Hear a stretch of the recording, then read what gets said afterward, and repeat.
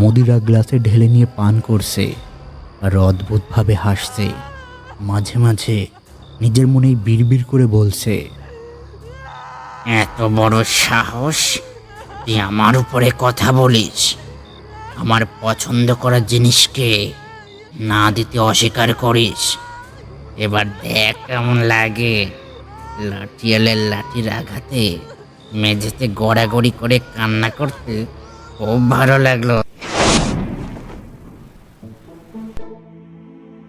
নমস্কার, তোমাদের সাথে আছি আমি ভূতেশ্বর। ভীমরতি নামটা শুনলেই সবার মনে একটা দৃশ্যপট ফুটে ওঠে। একজন বৃদ্ধের শেষ বয়সে হঠাৎ করেই বিয়ে করার স্পৃহাকে বোঝায়। আজকের গল্পটা তেমনই এক বিয়ে পাগল বৃদ্ধের গল্প। গ্রাম বাংলার আলোকে রচিত এই গল্পের নাম ভীমরতি। লিখেছেন লেখক সুব্রত দাস। তো চলুন আর সময় নষ্ট না করে আজকের গল্প শুনে আসা যাক।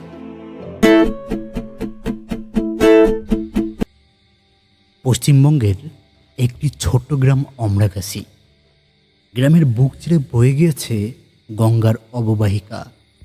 চারপাশে পলি সমৃদ্ধ মাটি, ফসলে সবসময় ভরপুর থাকে। চারপাশে শোকের স্রোত বয়ে চলে। এই গ্রামে কারোর কোনো অভাব নেই। পড়ার জন্য বিদ্যালয় আছে, চিকিৎসার জন্য হাসপাতাল আছে, আর বিনোদনের জন্য নৌকা বাইচ, পুতুল নাচ, মেলাসহ নানা রকম উৎসব আছে। তাই কারোর কোনো কিছুতেই কোনো কষ্ট নেই। সবাই হেসে খেলে তাদের জীবন পার করে দেয়। এখন সন্ধ্যা লেগেছে। দূরের বনবাগান থেকে ঝিঝি পোকার ডাক ভেসে আসছে। গ্রামের অনেকেই বাজারে গিয়েছে, আবার কেউ কেউ মাঠে জমির ফসল পাহারা দিতে যাচ্ছে। তবেই সন্ধ্যার সময় দোতলা বাড়ির বারান্দায় হুঁকো নিয়ে বসে আছে অতুল সমাদ্দার। বয়স তার এই বৈশাখে 60 পার করেছে। মাথার চুল পেকে সাদা হয়ে গিয়েছে। তবে তিনি চুলে সবসময় কালো রং করে। নিজেকে কম বয়সী দেখাতে পছন্দ করে। তার উপর তার শরীর এখনও শক্তপোক্ত থাকায় তার বয়স যে এতটা তা সহজে বোঝা যায় না। অতুল সমাদ্দারের পূর্বপুরুষেরা এই গ্রামের জমিদার ছিলেন। তবে এখন জমিদারি না থাকলেও তার জমিজমা, অর্থ, সম্পত্তি, ক্ষমতা খুব একটা কম নেই। গ্রামের অধিকাংশ মানুষই তার জমিতে থাকে এবং চাষাবাদ করে। তার কথাই ওঠা বসা করে। তবে এই গ্রামে তার নিজের বলতে কাজের লোক প্রহ্লাদ ছাড়া আর কেউই নেই। প্রহ্লাদের বয়স 20-র একটু বেশি, ময়লা গায়ের রং। তবে 2 কলম পড়াশোনা করেছে। বংশানুক্রমিকভাবে তারা জমিদার বাড়িতে কাজ করে আসছে। অতুল সমাদ্দারের স্ত্রী 5 বছর আগে মারা গিয়েছে, আর ছেলে তার সাথে ঝগড়া করে বউ বাচ্চা নিয়ে শহরে চলে গিয়েছে। আজ 10 বছর হলো তার সাথে আর কারো যোগাযোগ নেই। তিনি প্রহ্লাদকে নিয়ে নিজের মতোই গ্রামে জীবন কাটাচ্ছে। অতুল সমাদ্দার হুকোতে টান দিয়ে সামনে তাকায়।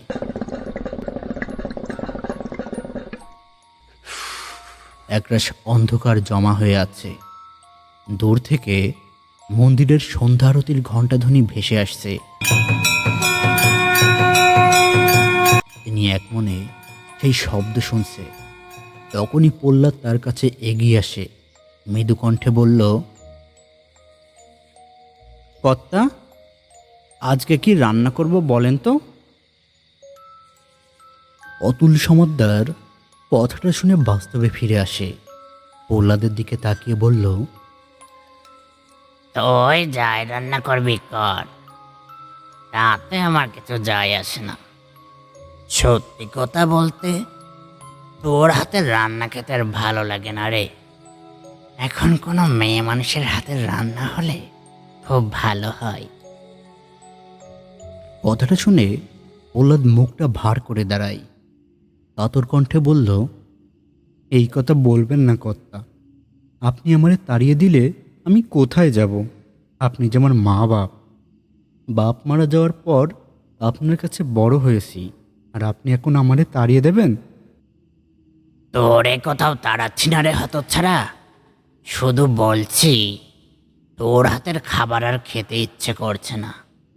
একজন নতুন রাঁধুনি হলে ভালো হয়। প্রহ্লাদ মুখটা ভার করে দাঁড়িয়ে থাকে।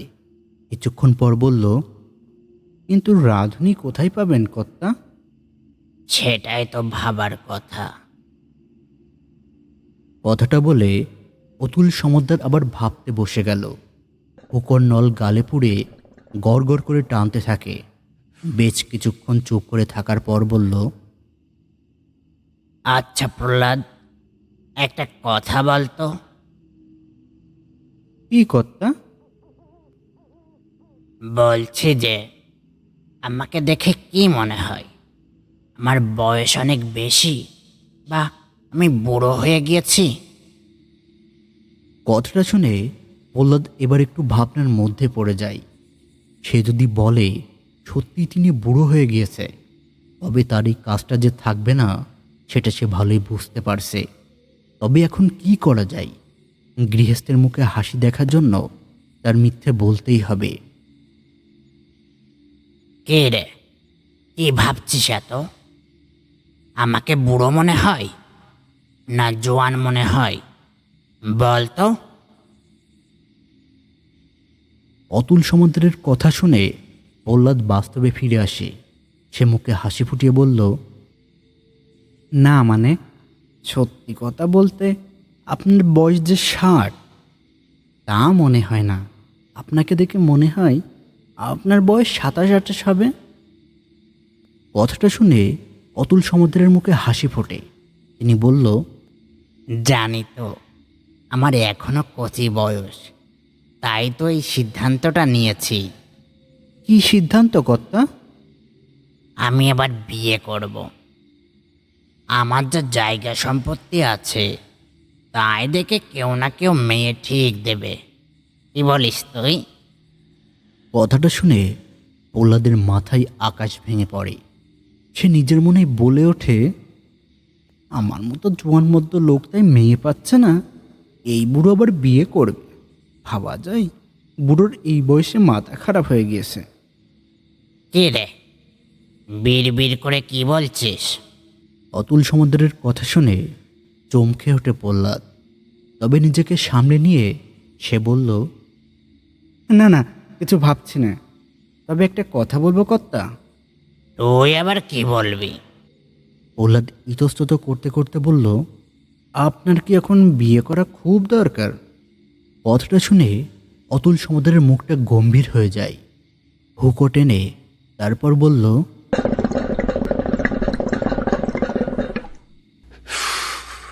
হ্যাঁ দরকার। একা একা আর ভালো লাগে না রে।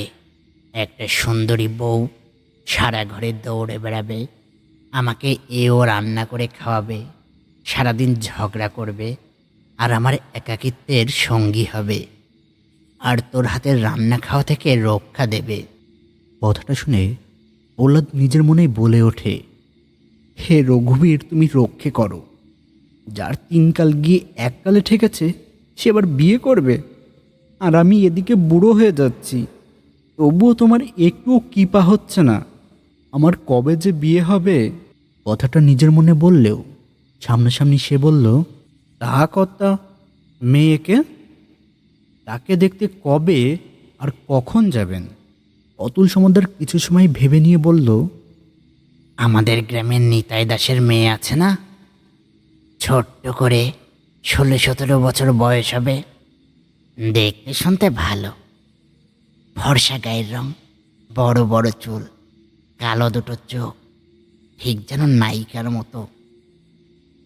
ভাবছি কাল সকালে গিয়ে নিতাইয়ের সাথে কথা বলবো, সে তার মেয়েকে আমাকে দেয় কিনা দেখি। প্রহ্লাদ অতুল সমুদ্রের কথা শুনে বিষম খায়।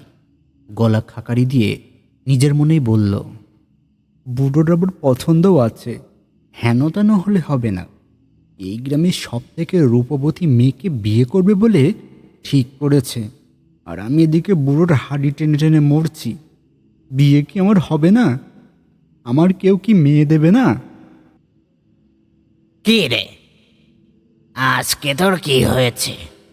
হঠাৎ করে কোথায় হারিয়ে যাচ্ছিস? অতুল সমুদ্রের কথাই আবার বাস্তবে ফিরে এসে প্রহ্লাদ। সে নিজেকে সামলে নিয়ে বলল, না, কিছু না কর্তা। তাহলে কালকে আপনি নিতা দাসের বাড়িতে যাচ্ছেন তো? অতুল সমুদ্র হুকোই টান দিয়ে বলল,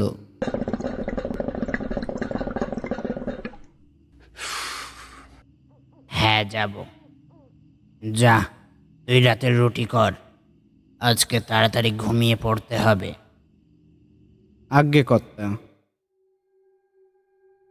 কথাটা বলে প্রহ্লাদ আর অপেক্ষা করে না, তখনই ঘরের ভেতরে চলে যায়। অতুল সমুদ্র আবার তার ভাবনায় ডুবে যায়। মাঝে মাঝে হুকন্নল মুখে পুড়ে টানতে থাকে। তার বারবার মনে হয় সত্যি তার জীবনে কাউকে দরকার, আর একা থাকতে তার ভালো লাগে না।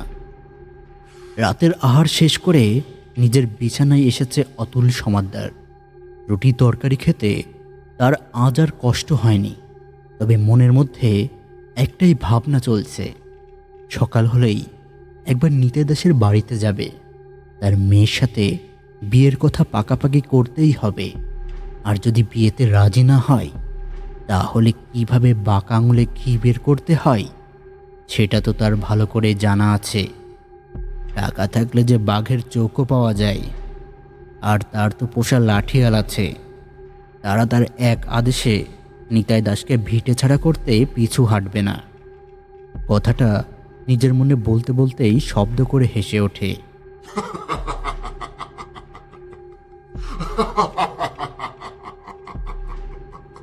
তারপর নিশ্চুপ হয়ে শুয়ে থাকে, আর শোয়া মাত্রই তার দু চোখে ঘুম জড়িয়ে আসে। কত সময় ঘুমিয়েছে অতুল সমদ্দার তা জানে না, তবে হঠাৎ করেই সে ঘুমের মধ্যে অনুভব করে কোনো ব্যক্তির পদশব্দ তার ঘরের মধ্যে চারপাশে ঘুরে ফিরে বেড়াচ্ছে। অদ্ভুত একটা নাক জ্বালা করা গন্ধ তার নাকে এসে লাগছে। তিনি তখনই জেগে ওঠে, আর ঘুম ভাঙতেই দেখে চারপাশে ঘন অন্ধকার জমে আছে। এক হাত সামনে কি আছে তাও দেখা যাচ্ছে না। তবে তিনি ঘুমানোর সময় দেশলাই বিছানার ডান পাশে রাখা টেবিলের উপরে রেখেছিল। অন্ধকারে আন্দাজ করে সেদিকে হাত বাড়ায়, কিন্তু আশ্চর্য, সেখানে কিছুই নেই। বরঞ্চ এখন কারোর হেঁটে বেড়ানোর শব্দ তিনি স্পষ্ট শুনতে পারছে। তিনি তখনই অন্ধকারের মধ্যে বলল, কে কে আমার ঘরের মধ্যে ঘুরে ফিরে বেড়াচ্ছে? প্রহ্লাদ নাকি? সামনে থেকে কোনো জবাব আসে না। তবে এবার পায়ের শব্দের সাথে একটা নূপুরের রুমঝুম শব্দ শোনা যাচ্ছে। শব্দটা শুনতেই অতুল সমদ্দার নিজের মনেই বলে উঠল, প্রহ্লাদ তো নপুর পড়বে না। তবে এই রাতের অন্ধকারে নপুর পায়ে কে আমার ঘরে ঘুরে বেড়াচ্ছে? আর বাইরের দরজাও তো বন্ধ। তবে ঘরের মধ্যে কে ঢুকেছে? এসব কি হচ্ছে আমার সাথে? কথাটা ভাবা মাত্রই তার মেরুদণ্ড দিয়ে ঠান্ডা স্রোত বয়ে যায়। শরীরে মৃদু কম্পন অনুভব করে, বারবার শ্বাস উঠতে থাকে। বেশ কিছুক্ষণ একভাবে বসে থাকে, আর তার আশেপাশে কেউ যেন হেঁটে বেড়াচ্ছে। তিনি ভয়ে কাঁপা কাঁপা গলায় বলে উঠল, এ ঘরের মধ্যে কথা বলো, আমার প্রশ্নের জবাব দাও। কথাটা বলা মাত্র একটা হাত তার কাঁধ স্পর্শ করে। বরফের মতো সেই হাত, যেন তার কাঁধের রক্ত জমিয়ে দেবে, যেন হাড় পাঁজর দুমড়ে মুচড়ে ভেঙে দেবে। আর তখনই অদ্ভুত ভয়ঙ্করী কণ্ঠস্বর শোনা যায়। সেই কণ্ঠ বলল, তুই বিয়ে করবি নে বিয়ে? যদি বিয়ে করিস তবে তোর সর্বনাশ হবে। কথাটা শুনে অতুল সমাদ্দারের হৃৎপিণ্ড কেঁপে ওঠে। তখনই তিনি আতঙ্কে চিৎকার করে উঠে বলল,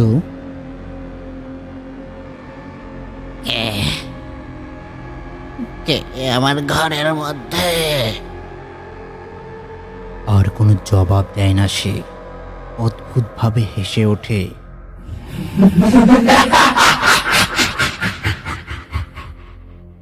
তার হাসিতে যেন সারা ঘরে তরঙ্গ খেলে যায়। আর সেই ভয়ঙ্কর হাসির শব্দ শুনে অতুল সমাদ্দার চিৎকার করে বলে উঠল, কে কে হাসছে ঘরের মধ্যে? প্রহ্লাদ, ওই প্রহ্লাদ, এদিকে আয় তাড়াতাড়ি। দেখ তো আমার সাথে কি হচ্ছে সব। কথাটা বলতেই অতুল সমাদ্দার আরো চমকে যায়। ভয়ে তার বুক কেঁপে ওঠে। তিনি এত জোরে চিৎকার করল, অথচ তার কণ্ঠস্বর তার নিজের কানে প্রবেশ করল না। আর তখনই প্রদীপের মতো এক বিন্দু আলো ঘরের মধ্যে জ্বলে ওঠে। আর সেই আলোতে তিনি দেখতে পারেন তার সামনে ভয়ঙ্কর এক নারী মূর্তি দাঁড়িয়ে আছে। তার সারা গায়ে লাল বেনারসি জড়ানো, তবে তার মুখে কোনো মাংস নেই। পুরোটাই হাড়ের সমারোহ। চোখের স্থানে কালো ফাঁকা জায়গা, মুখের পাশ দিয়ে দাঁতগুলো বাইরে বেরিয়ে আছে। আর তার হাত, শরীর সমস্ত কিছুতে কোনো মাংস নেই। কোনো পরজীবী কিলবিল করছে। মনে হচ্ছে একটা জীবন্ত নরকঙ্কাল তার সামনে দাঁড়িয়ে আছে। একটা কথাই বারবার করে বলছে, তুই বিয়ে করবি নে বিয়ে। যদি বিয়ে করিস তবে তোর সর্বনাশ হবে। এটা দেখা মাত্র তার স্নায়ু আর সহ্য করতে পারে না। তখনই তিনি বাবা গো মা গো বলে চিৎকার করে জ্ঞান হারায়।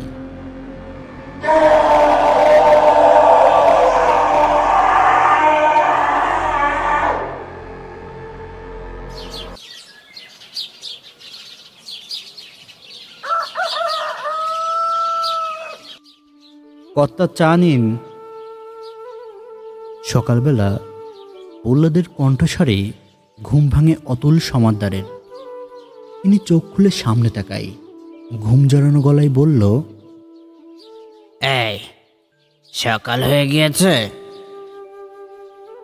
হ্যাঁ কর্তা, সকাল তো অনেকক্ষণ হলো। আমি আপনার জন্য চা নিয়ে এলাম। কথাটা শুনে বিছানায় উঠে বসে অতুল সমাদ্দার। চায়ের কাপটা তুলে চায়ের চুমুক দেয়। আর তখনই তার রাতের কথা মনে পড়ে। ভয়ে তার সারা শরীর কেঁপে ওঠে। তখনই তিনি বিচলিত কণ্ঠে বলল, এই, তোকে রাত্রে কতবার ডাকলাম, তুই কোথায় ছিলিস রে? কথাটা শুনে প্রহ্লাদ একটু অবাক হয়। তারপর বলল, হ্যাঁ, কি বলছেন কর্তা? আপনি আমারে কখন ডাকলেন? আমি তো আপনাকে ডাকলাম। তার আগে তো আপনি ঘুমিয়েছিলেন। কথাটা শুনে অতুল সমাদ্দার ভাবনায় পড়ে যায়। তিনি রাতে যা দেখল তা সত্যি না স্বপ্ন, সেটাই সে বুঝতে পারছে না। কিছুক্ষণ ভাবার পর নিজের মনে তিনি বলে উঠল,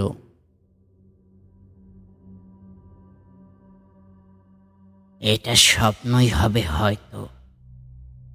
ওইসব ভূত টুত কিছু হয় না। আর হলেও আমার কাছে কেন আসবে? আমি তো কারোর অনিষ্ট করিনি। কথাটা নিজের মনে ভাবতে ভাবতেই তার মনটা ফুরফুরে হয়ে যায়। মুখে মৃদু হাসি ফুটে ওঠে। আর তখনই প্রহ্লাদ বলল, কর্তা, কর্তা, বিবাহের জন্য মেয়ে দেখতে যাবেন তো? কথাটা শুনতেই অতুল সমাদ্দার লাফ মেরে উঠে দাঁড়ায়। প্রায় চিৎকার করে বলল, যাব যাব, আলবাত যাব। তুইও যাবি, তাড়াতাড়ি গুছিয়ে নে। সকালের খাবারটা খেয়ে বের হব। কথাটা শোনা মাত্র প্রহ্লাদের বুকের মধ্যে হু হু করে ওঠে। নিজের মনে বিড়বিড় করে বলল,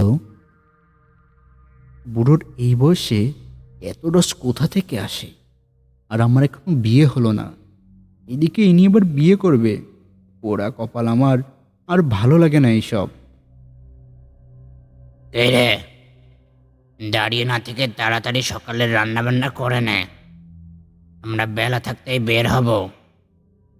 অতুল সমাদ্দারের কথা শুনে আর কিছুই বলতে পারে না প্রহ্লাদ। তখনই সে বিমর্ষ মুখে ঘর থেকে বের হয়ে যায়। সকালের খাওয়া দাওয়া শেষ করে বেলা 11টার দিকে অতুল সমাদ্দার গ্রামের দিকে এগিয়ে যাচ্ছে। প্রহ্লাদ বাজার থেকে একটা ভ্যান আর 3-4 কিলো মিষ্টি কিনে এনেছিল। তাই নিয়ে তিনি নিতাই দাসের বাড়ির দিকে এগিয়ে যাচ্ছে। ভ্যান তার আপন গতিতে চলেছে। দুপাশের গ্রামের ছোট বড় মেঠো বাড়ি, কখনো বা ছোট বাচ্চা ছেলেরা তাদের ভ্যানের আগে আগে দৌড়ে যাচ্ছে। দূর থেকে পাখির কলকাকলি ভেসে আসছে, আবার শীতল বাতাসে তার পোশাক উড়িয়ে দিচ্ছে। অতুল সমাদ্দার খুশি মনে ভ্যানের উপরে বসে আছে, আর এদিকে প্রহ্লাদ মুখ ভার করে ভ্যানের উপরে বসে আছে। অতুল সমাদ্দার হঠাৎ করেই বলে ওঠে, প্রহ্লাদ, জীবনে প্রথম বিয়ে করতে যতটা না উৎসাহিত ছিলাম, তার থেকে বেশি উৎসাহ যেন এই বিয়েটাকে নিয়ে। আহা, অমন একখানা সুন্দরী বউ পেলে আমি যেবার নতুন করে বেঁচে উঠব। কথাটা শুনে প্রহ্লাদের বুকটা কেঁপে ওঠে, চোখ জোড়া জলে ভিজে যায়। জীবনে বিয়ে করতে না পারার কষ্টের থেকে এই বুড়ো এত সুন্দর একটা মেয়েকে বিয়ে করতে যাচ্ছে, কথাটা ভাবতেই তার গলা পাকিয়ে উঠেছে। কে রে, তোর কি হচ্ছে প্রহ্লাদ? আজ কদিন দেখছি তুই আমার কথায় ঠিক মতো সাড়া দিচ্ছিস না। কেন রে, তোর শরীর ঠিক আছে তো? কথাটা শোনা মাত্র প্রহ্লাদ নিজেকে সামলে নেয়। মৃদু কণ্ঠে বলল, না না, সব ঠিক আছে, আমার কোনো সমস্যা নেই। এমনি পেছনে আছি তো, কোনো কথাই শোনা যাচ্ছে না। কথাটা শুনে অতুল সমাদ্দার আর কোনো কথা বলে না। মনে উৎসাহ নিয়ে অপেক্ষা করে নিতাই দাসের বাড়িতে আসার। 10 মিনিট পর ভ্যান একটা দোতলা মাটির ঘরের সামনে এসে দাঁড়ায়। তার ডান পাশে ছোট্ট একটা রান্নাঘর, বাম পাশে ধানের গোলা, আর তার সামনেই গরুর গোয়াল। আর বাড়ির আঙিনায় চারপাশে বাকুসা গাছের বেড়া দেওয়া। সাদা নীল ফুল ফুটে আছে সেই গাছে। সেই ফুলের মিষ্টি একটা গন্ধ বাতাসে ময়ময় করছে। অতুল সমাদ্দার ভ্যান থেকে নেমে বলল, প্রহ্লাদ, তাড়াতাড়ি মিষ্টির প্যাকেটগুলো নিয়ে আমার সাথে চল। আর ভ্যান, তুমি এখানেই দাঁড়াও, আর আমরা কাজ শেষ করে তাড়াতাড়ি ফিরে আসব। কথাটা বলে তিনি আর এক মুহূর্ত বিলম্ব করে না। তখনই মেঠোপথ পাড়ি দিয়ে নিতাই দাসের বাড়ির মধ্যে প্রবেশ করে। আর তখনই নিতাই ঘরের বাইরে বেরিয়ে আসে। অতুল সমাদ্দারকে দেখে তার চোখে মুখে খুশির ঝিলিক খেলে যায়। সে বলল, কর্তাবাবু, আপনি ওর বাড়িতে এসেছেন? কি সৌভাগ্য আমার! আসুন আসুন, ভেতরে আসুন। কথাটা বলতে বলতেই মেঝেতে মাদুর পেতে দেয় নিতাই। অতুল সমাদ্দার কোনো কথা না বলে সভ্য ছেলের মতো মাদুরের উপরে গিয়ে বসে। মুখে হাসি ফুটিয়ে বলল, প্রহ্লাদ, দে দে দে, নিতাইয়ের হাতে মিষ্টির প্যাকেটগুলো দে। কথাটা বলতেই প্রহ্লাদ মিষ্টির প্যাকেটগুলো এগিয়ে দেয়। কিন্তু নিতাইয়ের নিতে কেমন যেন লাগে। হঠাৎ করেই এই গ্রামের জমিদারের মিষ্টি নিয়ে তার বাড়িতে আসা ব্যাপারটা মোটেও ভালো লাগলো না। তবুও ভদ্রতার খাতিরে সে বলল, তবুও ভদ্রতার খাতিরে সে বলল, এইসবের কি দরকার ছিল জমিদার বাবু? আমি তো আপনারই দাস, আর দাসের বাড়িতে এইসব আনার কি প্রয়োজন ছিল? ছিল ছিল। তুমি কোনো কথা না বলে মিষ্টিগুলো ভেতরে নিয়ে যাও তো বাপু। আর তোমার সাথে যা বলতে এসেছি সেটাও তো বলতে হবে নাকি? নিতাই দাস প্রহ্লাদের কাছ থেকে মিষ্টির প্যাকেটগুলো নিজের হাতে নিল। তারপর বলল, তা কি বলুন কর্তাবাবু, বলুন। আপনার যদি উপকার করতে পারি তবে আমারও ভালো লাগবে। হ্যাঁ হ্যাঁ, এই উপকারটা একমাত্র তুমিই করতে পারবে। তা তোমার মেয়ে কোথায় নিতাই? ও তো স্কুলে গিয়েছে। আপনি যা বলার আমাকে বলুন। অতুল সমাদ্দার কিভাবে বলবে তাই ভাবতে থাকে। তার ক্রমশ গলা শুকিয়ে যাচ্ছে। তবে কোনো ক্রমে নিজেকে সামলে নিয়ে তিনি বলল, তোমার মেয়ের বিয়ে দেবে তো নিতাই? নিতাই কিছুক্ষণ চুপ করে দাঁড়িয়ে থাকে। অতুল সমাদ্দারের মনে কি চলছে তাই বোঝার চেষ্টা করছে। হঠাৎ করে তার মেয়ের এত খোঁজ খবর নেওয়ার কারণ সে মোটেও বুঝতে পারছে না। অবশেষে সে বলল, মেয়ে হয়ে যখন জন্ম নিয়েছে বিয়ে তো দিতেই হবে কর্তা। কিন্তু তার উপযুক্ত পাত্র কোথায় পাবো বলতে পারেন? নিতাই, তুমি কিছু মনে না করলে আমি কি একটা কথা বলতে পারি? বলেন কর্তা। বলছি যে তোমার সম্মতি থাকলে আমি তোমার মেয়েকে বিয়ে করতে পারি। আমার যা সম্পত্তি আছে সব তোমার মেয়ের নামে দিয়ে দেব, আর তোমাকে নগদ 1,00,000 টাকা দেব। কথাটা শোনা মাত্র নিতের দু চোখে আগুন জ্বলে ওঠে। সে হুঙ্কার দিয়ে বলল, মানে আপনি সব কি সজ্ঞানে বলছেন? একটা বার আপনার বয়স দেখেছেন? 3 কালে গিয়ে 1 কালে ঠিকেছে, আর আপনি কিনা আমার মেয়েকে বিয়ে করতে চান? আপনার সাহস তো মন্দ নয়। কথাটা শোনা মাত্র অতুল সমাদ্রের জমিদারির রক্ত বংশ মর্যাদা রক্ষাতে ফুঁসতে থাকে। তিনি গম্ভীর স্বরে বলল, কি কি বললে তুই? আরে বয়স হয়েছে তো কি হয়েছে? অর্থ কম আছে আমার? অর্থ দিয়ে সব কিছু হয় না জমিদার কর্তা। আমি বেঁচে থাকতে আমার মেয়ের এত বড় সর্বনাশ আমি হতে দেব না। বেশ, সোজা আঙুলে ঘৃণা উঠলে আঙুল কেমন বেঁকা করতে হয় তা আমার ভালোই জানা আছে। তোর মেয়েকে তো আমি বিবাহ করবই, সাথে তোকেও। এই গ্রাম ছাড়া না করেছি তো আমার নামও অতুল সমাদ্দার নয়। যান যান, যা পারেন করে নেন। আপনার মতো ছোট লোক জমিদারকে আমি ভয় পাইনি।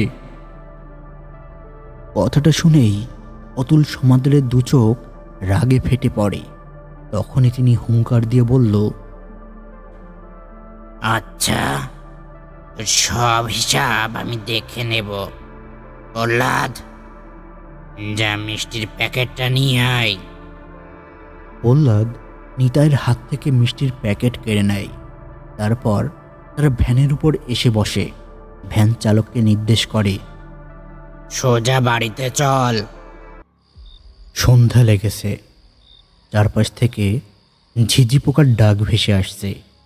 কখনো বা বিলের ধারে খ্যাকশিয়ালের ডাকও শোনা যাচ্ছে।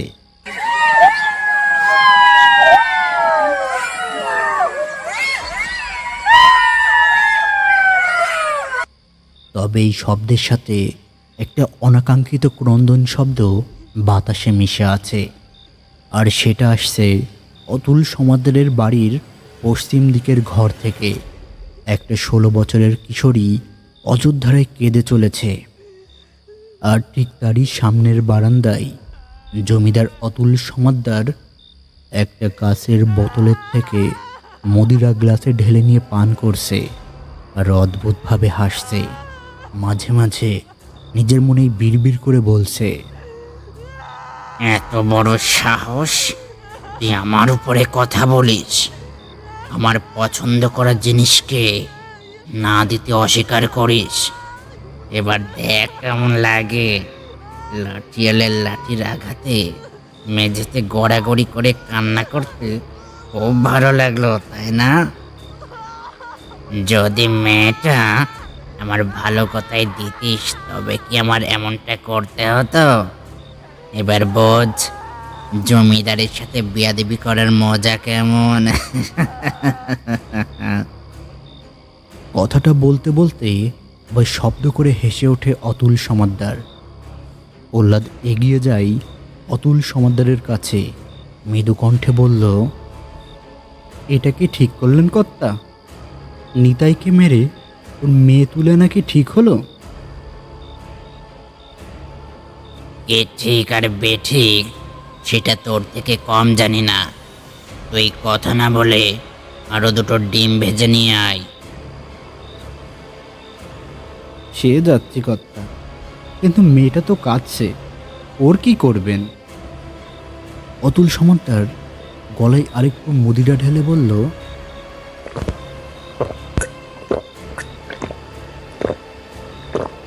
ও নিয়ে তোকে ভাবতে হবে না। কালকে পুরো ডেকে বিয়ের কাজটা শেষ করে নেব, তখন আর কাঁদবে না। প্রহ্লাদ আর কোনো কথা বলতে পারে না। সে কখনো জমিদারের এমন ভয়ঙ্কর রূপ দেখেনি। শেষ বয়সে ভীমরতিতে ধরে যে তিনি এত বড় অন্যায় করবে তা কে ভেবেছিল? কথাটা নিজের মনে ভাবতে ভাবতেই দুঃখ পায় প্রহ্লাদ। তার কিছুই করার নেই। সে হাত পা বাঁধা পুতুলের মতো গোলামের টিক্কা হয়ে থেকে যাবে। জমিদারের বিরুদ্ধে কিছু করার ক্ষমতা তার নেই।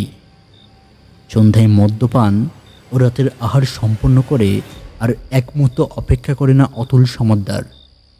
তিনি তখনই তার বিছানায় চলে যায়, আর বিছানায় গা এলিয়ে দিতেই ঘুম দেবীর ঘুমের আশীর্বাদ তাকে জাপটে ধরে, ঘুমের অতলে হারিয়ে যায়।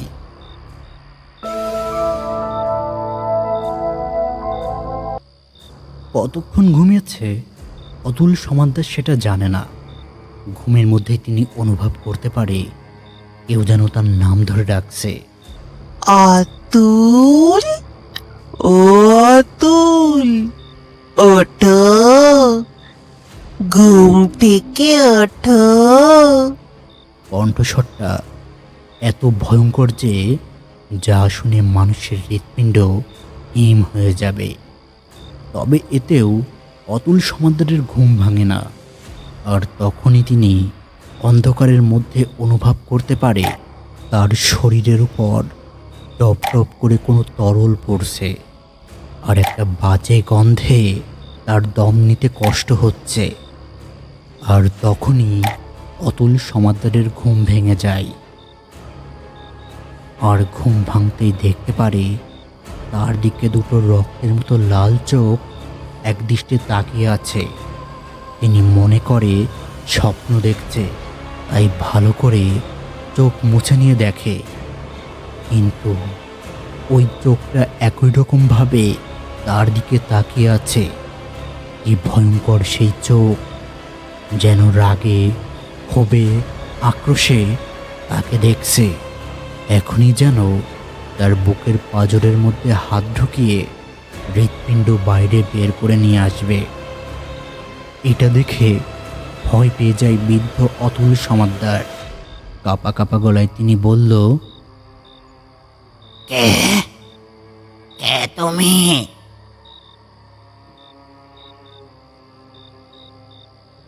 আর তখনই সামনে থেকে ভয়ঙ্কর কণ্ঠস্বর ভেসে আসে। অন্ধকারের মধ্য থেকে একটা নারী কণ্ঠস্বর বলল, আমাকে চিনতে পারছো না?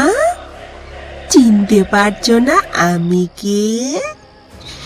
এত তাড়াতাড়ি ভুলে গেলে হবে? কথাটা শুনতেই অতুল সমাদ্দার হতভম্ব হয়ে যায়। তার একজনের কথা মনে পড়ে, সে আর কেউ নয়, তারই অর্ধাঙ্গিনী অফলা। তখনই তিনি কাঁপা কাঁপা গলায় বলল, অপলা, তুমি তুমি কি করে এখানে আসলে? আর তখনই ভয়ঙ্কর ভাবে হেসে ওঠে সামনের ভয়ঙ্কর মূর্তি। হাসি থামিয়ে সে বলল, হ্যাঁ, চিনতে পেরেছ এবার? হ্যাঁ, চিনতে পেরেছি, কিন্তু তুমি তো মরে গিয়েছো। এখানে এলে কিভাবে, আর কেন এসেছো আমার কাছে? তুমি যে পাপ কর্ম করছো তার শাস্তি দিতে গতকাল তোমাকে এসে বলে গেলাম বিয়ে করো না, আর তুমি তুমি আমার কথা না শুনে ওইটুকু মেয়েকে তুলে এনেছো। তোমার কি বিবেক ভ্রষ্ট হয়ে গিয়েছে? কথাটা শুনে অতুল সমাদ্দারের গলা শুকিয়ে যায়, ভয়ে কাঁপতে থাকে। তিনি কাঁপতে কাঁপতে বলল, তুমি মরে গিয়ে আমাকে একা করে দিয়েছো। আমার প্রয়োজন কে মেটাবে?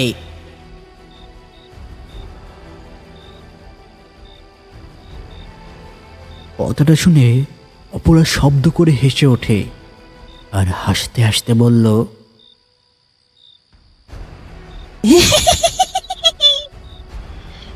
তোমার সব প্রয়োজন আমি মেটাবো। দাঁড়াও দাঁড়াও, এখনই মিটিয়ে দিচ্ছি। কথাটা বলতে বলতেই একটা ভয়ঙ্কর হাসির শব্দ অতুল সমাদ্দারের দিকে এগিয়ে যায়। আর তখনই বাইরে থেকে কারোর কান্নার শব্দ ভেসে আসছে। তিনি ভয়ে জমে গিয়েছে, বিছানা ছেড়ে উঠে পালাতে চাইছে,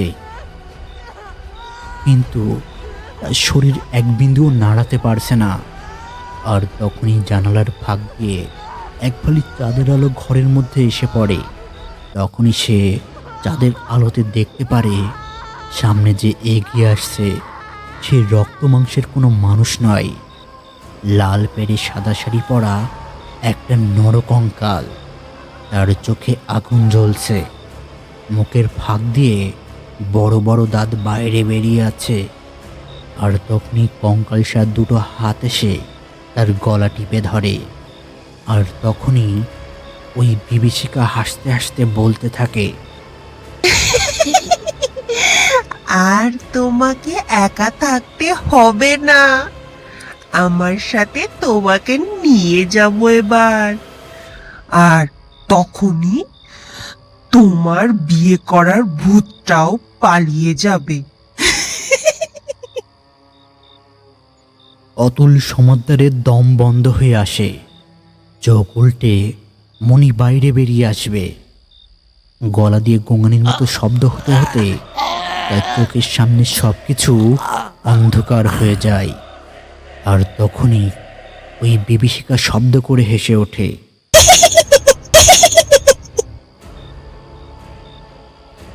প্রহ্লাদ ঘুমিয়েছিল। এতক্ষণ কি হলো কোনো কিছুই টের পেল না। তারপর হঠাৎ করেই সে স্বপ্ন দেখে এই বাড়ির গিন্নি তাকে বলছে, প্রহ্লাদ, তুই আমার ছেলের মতো, তুই আমাদের এই সমস্ত সম্পত্তির দেখাশোনা করবি, আর ঘরে বন্দি করে রাখা ওই মেয়েটাকে বিয়ে করবি, কথাটা মনে থাকে যেন। স্বপ্নটা দেখার সাথে সাথেই প্রহ্লাদের ঘুম ভেঙে যায়। আর তখনই তার চোখ যায় জানালায়। মৃদু চাঁদের আলোতে দেখতে পারে তার কর্তাবাবু ও গিন্নিমা হাওয়াই ভেসে আকাশের দিকে উঠে যাচ্ছে। আর তখনই তার স্বপ্নের কথা মনে পড়ে। সে নিজের মনেই বলে ওঠে, আমি তোমার সব কথা রাখবো গিন্নিমা, সব কথা রাখবো।